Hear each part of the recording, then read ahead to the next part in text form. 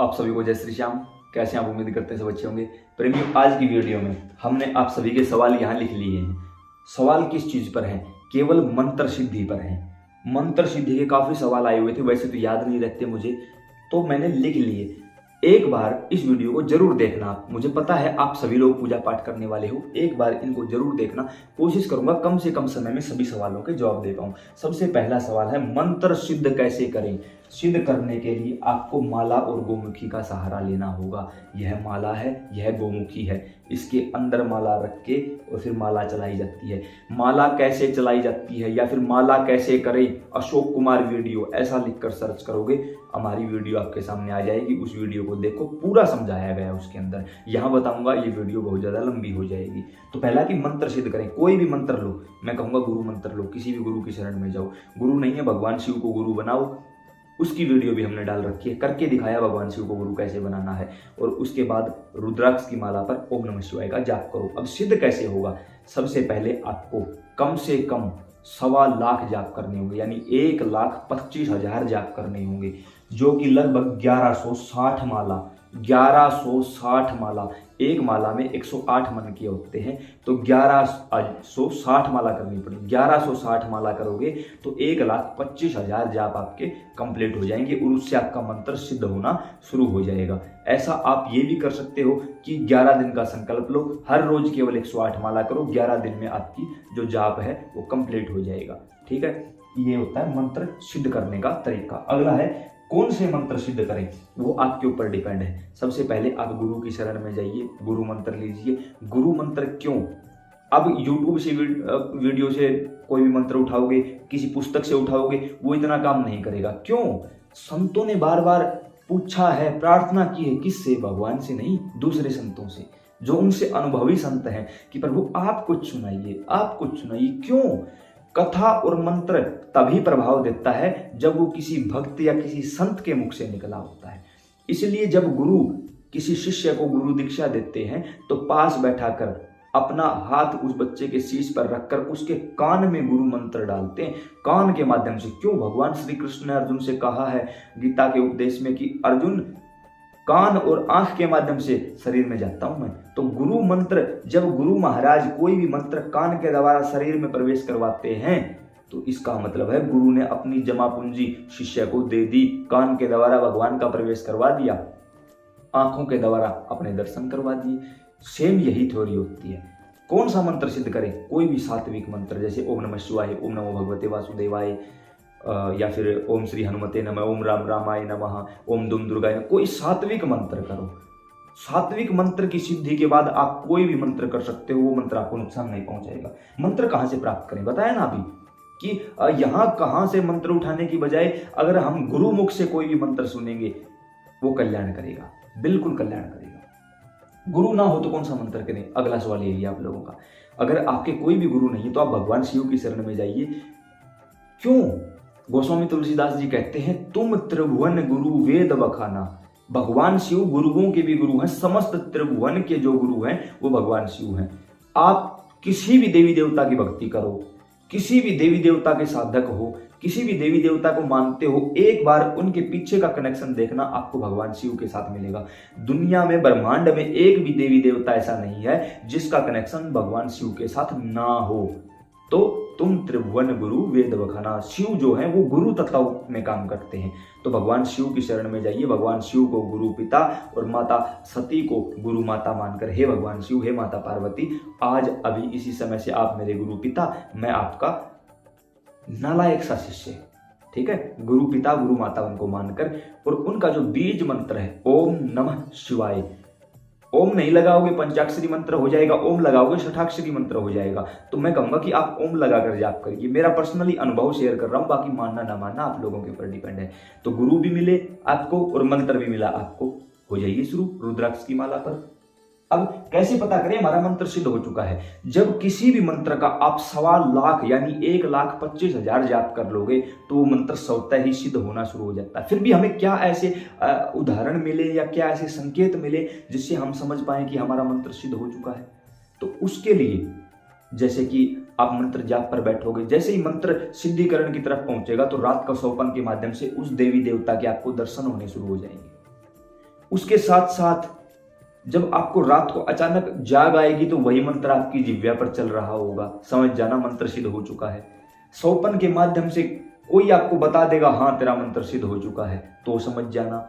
फिर भी कुछ प्रैक्टिकल करके देखना चाहते हो तो मान के चलो आप घर के मंदिर में बैठकर आपने 1.25 लाख जाप किए, उस दौरान क्या क्या चीज घटित हुई। सबसे पहले तो ये जल आपके पास था, फिर ये मोर छड़ी आपके पास थी, फिर ये फोटो आपके पास थी। अब हम क्या करते हैं, सबसे पहले हम जल को उठाते हैं। अब मान के चलो हमारा मंत्र सिद्ध हो चुका है, इसका हमें प्रैक्टिकल करना है। घर में किसी का ये मानो सरदर्द है, किसी को भी घर के किसी सदस्य को, जल उठाया, इस जल के अंदर 11 बार मंत्र पढ़ के फूंक मारनी। ओम नमः शिवाय, ओम नमः शिवाय, ऐसे आपको 11 बार मंत्र पढ़ के फूंक मारनी है। फिर भगवान शिव, माता पार्वती से प्रार्थना करनी है, जिस भी देवी देवता का आपने मंत्र सिद्ध किया है उसी से प्रार्थना करनी है कि इस जल को 11 बार आपके इस मंत्र से अभिमंत्रित किया गया है और यह जल मैं उस व्यक्ति को देना चाहता हूं और उसके सर में दर्द है उसको ठीक कर दीजिए। ये जल ले जाकर उसको पिला दीजिए, खुद भी पी लीजिए। आप देखोगे ज्यादा नहीं, 15 से 20 मिनट के अंदर ही उस व्यक्ति का सर दर्द या तो बिल्कुल ही गायब हो जाएगा या उसको रिलैक्स महसूस होगा, समझ जाना मंत्र काम करने लगा है। उसके साथ आप, ये है मोर छड़ी। अब जब आपने 10-12 दिनों में ये जाप किया है, मंदिर में बैठकर किया है, तो मोर छड़ी तो यही विद्यमान थी, ये जागृत हो चुकी है। बाकी मोर छड़ी को कैसे जागृत करें इस टॉपिक पर अलग से भी वीडियो बनाई गई है, लेकिन वैसे भी ये जागृत हो जाएगी। जिस व्यक्ति के सर में दर्द है उसका अपने सामने बैठा हो और उसको झाड़ा दो। पहले प्रार्थना करो, जिस भी मंत्र को सिद्ध किया है उस देवी देवता से प्रार्थना करो कि मैं आपके इस मंत्र से झाड़ा लगा रहा हूं, उसको ठीक करो। झाड़े का वैसे तो अलग मंत्र होता है। एक बात और बताऊं यहाँ छोटी सी, मान के चलो आपने ओम नमः शिवाय सिद्ध किया है तो उससे झाड़ा कभी नहीं लगाना चाहिए। ओम नमः शिवाय को सिद्ध करने के बाद 2-4 साबर मंत्र सिद्ध करो और साबर मंत्रों से झाड़ा लगाओ। क्यों? कल को अगर आपकी मंत्र की ऊर्जा डाउन भी होती है तो ओम नमः शिवाय जिसका आपने कहीं भी प्रयोग नहीं कर रखा वो मंत्र आपको बचा लेगा तुरंत। इसलिए थोड़ी सी सावधानी रखनी चाहिए। इसलिए कहता हूँ भाई गुरु की शरण में जाओ। गुरु बिन भवनिधि तरई न कोई, चाहे विरंची शंकर सम होई। कि आप ब्रह्मा भी बन सकते हो, आप सबका नाश करने वाले शंकर भी बन सकते हो, लेकिन अगर गुरु नहीं है तो आप भवसागर से पार नहीं हो सकते। इसलिए गुरु की जरूरत है। आप उसे पास बैठा कर जब उसके ऊपर झाड़ा लगाओगे ना, ऐसे उसके सर से स्पर्श करवाओगे 7 बार या 11 बार, तो उस इंसान को रिलैक्स मिलेगा। तो समझ जाना आपका मंत्र भी जागृत हुआ है, जल भी सिद्ध हुआ है, मोर छड़ी भी सिद्ध हुई है। और इसी के चलते अगर और चीज आपको दिखाऊं तो ये देखो, यह है पवित्र बाबा हनुमान की गदा। इस गदा को भी हमने सिद्ध कर रखा है मंत्रों के द्वारा। अब हम जैसे मोर छड़ी से झाड़ा लगाते हैं ऐसे ही हम इसके द्वारा ही हम बाबा हनुमान की तरंगों को आप लोगों के पास भेजते हैं। आप लोगों ने नहीं बताऊंगा ये बात, फिर आप मेरे पीछे पड़ जाओगे, नहीं बताऊंगा, ठीक है। आप इसको सिद्ध कर सकते हो। उसके अलावा ये है पीली सरसों, ये देखो ये है पीली सरसों, ठीक है। इस पीली सरसों को भी हमने अभिमंत्रित कर रखा है। इससे घर का कीलन होता है, यानी घर में किसी प्रकार की नेगेटिविटी नहीं आने पाती। इसको भी, इसको भी, इसको भी, इसको भी आप इन सब चीजों को मंत्र के द्वारा अभिमंत्रित करके खुद प्रैक्टिकल करके देख सकते हो। लेकिन मैं कहूंगा बाहर के व्यक्ति पर नहीं, केवल घर के व्यक्ति पर। बाहर करने लगोगे जो ऊर्जा कमाई है वो बाहर चली जाएगी, क्योंकि आज के समय हर एक इंसान, और आप लोग मुझे क्यों बोलते हो कि आप दरबार लगाने लग जाओ, मुझे पता है आप सभी परेशान हो। अब अगर मैं दरबार लगाने लगा तो कहीं ना कहीं कमाई हुई ऊर्जा जाती रहेगी, दोबारा से जाप करने का समय नहीं मिलेगा, फिर मैं क्या करूंगा।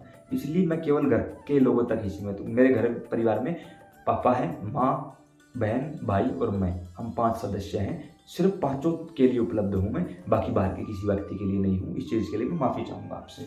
तो अगला सवाल है आपका, मंत्र सिद्धि के बाद क्या सावधानी रखें। वही बात आई ना, बाहर के लोगों को अगर झाड़ा लगाओगे तो कमाई हुई ऊर्जा बाहर चली जाएगी, कोई फायदा नहीं होगा। इसलिए खुद रहो। और याद रहे भाई, जिस दिन मंत्र सिद्ध हो जाए, जब मंत्र सिद्धि पर बैठो उसी दिन से घर में किसी का जूठा नहीं खाना है। आज मैं घर में किसी का जूठा नहीं खा सकता, मैं झूठ नहीं बोल सकता, क्योंकि अगर मैं झूठ बोलूंगा तो जो आप लोगों की अरदास लगाई जाती है, जो झाड़े लगाए जाते हैं, वो काम करना बंद कर देंगे। किसी का झूठा खाऊंगा तो ये चीज़ें काम करना बंद कर देंगे, क्योंकि भगवान को शुद्धता पसंद है। इसलिए इन 2 चीज़ों से मुझे परहेज रखना पड़ता है। ना तो मैं झूठ बोल सकता और ना ही मैं किसी का झूठा खा सकता। अब झूठ बोलने का मतलब ये नहीं कि मैं बिल्कुल नहीं, अब अगर कोई मान के चलो रात को 8 बजे के बाद घर आके बोल दे कि कोई है, मैं मना कर देता हूँ, बोल दो भाई नहीं है। क्यों? क्योंकि मुझे पता है रात को जो आया है वो कहीं ना कहीं से पी कर आया है और इन सब चीज़ों से परहेज है भाई। कोई भी मिल जाता है भाई 10 रुपए दे दे, मुझे पता है ये 10 रुपए ठेके पर जाएंगे मेरे, मैं मना कर देता हूँ नहीं है भाई। कहीं ना कहीं मैं हो सकता है मैं कहीं ना कहीं गलत हूँ, लेकिन फिर भी इन सब चीज़ों के लिए मनाही नहीं है। जिससे अगर किसी का भला होता हो वो झूठा बोल सकते हो, बाकी झूठ नहीं बोलनी है आपको। अगला है मंत्र की ऊर्जा को कैसे नियंत्रित करें। बिल्कुल सावधान रहकर, गुस्से में किसी को गाली नहीं देनी है, गुस्से में किसी का अनिष्ट, ये बात नहीं है कि अब मेरी बोली हुई बात सच होने लगी, अब मैं बोल दूं बाबा उसका नाश कर दे ना, ऐसी गलती नहीं, ऊर्जा क्षय हो जाएंगी, बिल्कुल भी नहीं करना ये काम हमें। तो ये सावधानी रखनी जरूरी। नियंत्रित, खुद को नियंत्रण करो। एक मान के चलो मंत्र सिद्ध कर लिया, उसके बाद रूटीन बनाओ कि मैं डेली कम से कम 3 माला करूंगा, फिर नियंत्रित हो जाएगी अपने आप। जैसे ही माला करो, माला के बाद राम राम राम राम, सीताराम सीताराम, श्याम श्याम, कोई भी नाम जाप करो माला के बाद, चाहे 1 मिनट करो लेकिन नाम जाप करो, उससे ऊर्जा नियंत्रित हो जाएगी। मंत्रों से झाड़ा कैसे लगाए, अभी बताया ना आपको मंत्र से झाड़ा कैसे लगाया जाता है। झाड़ा किसको लगा? सिर्फ घर के सदस्यों को, बाहर के लोगों को नहीं।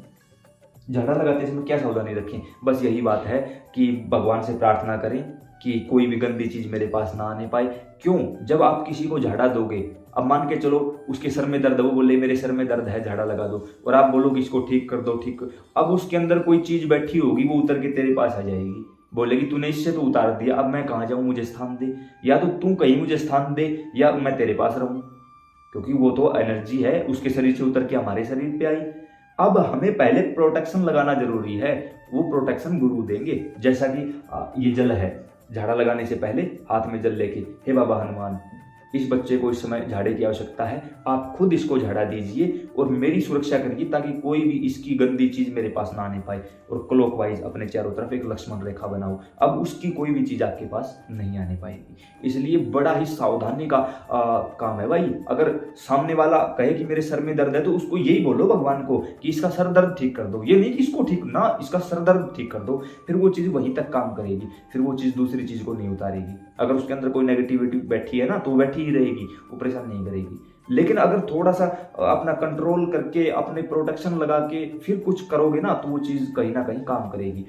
सिर्फ और सिर्फ घर के लोगों पर, बाहर के लोगों पर करोगे, हजारों प्रकार के भूत प्रेत आपके घर में इकट्ठे हो जाएंगे। चलो आप तो पूजा पाठ मंत्र जाप करते हो, आपको तो परेशानी नहीं होगी, लेकिन घर के जो अन्य लोग हैं जो पूजा पाठ नहीं करते, उनके पास वो चीज़ रहने लग जाएगी, फिर उनको परेशानी आने लग जाएगी, उसके जिम्मेदार आप होगे।